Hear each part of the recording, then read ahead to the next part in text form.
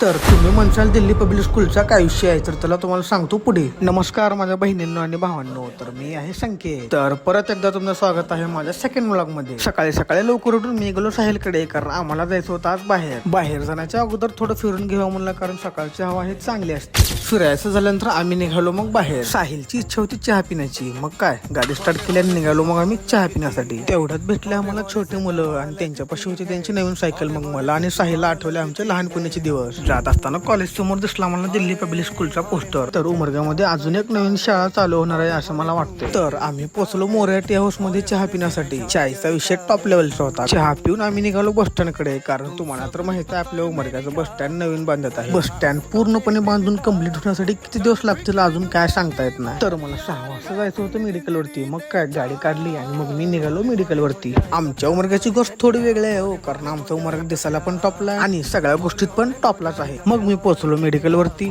रोज मला पिंटू शेट विमल आला म्हणणार ते मला याद राहणार गेल्या, आणि आज विमल द्यायची होती तर दुकान बंद आहे तिथं. पिंटू शेटला विमल भेटत नव्हती म्हणून पिंटू शेट होते नाराज. काय पाय तुटल्यावर पायात मोडल्यावर सोडत नाही गेली दारूच्या पायात पाहिजे तशी ताकद गेली.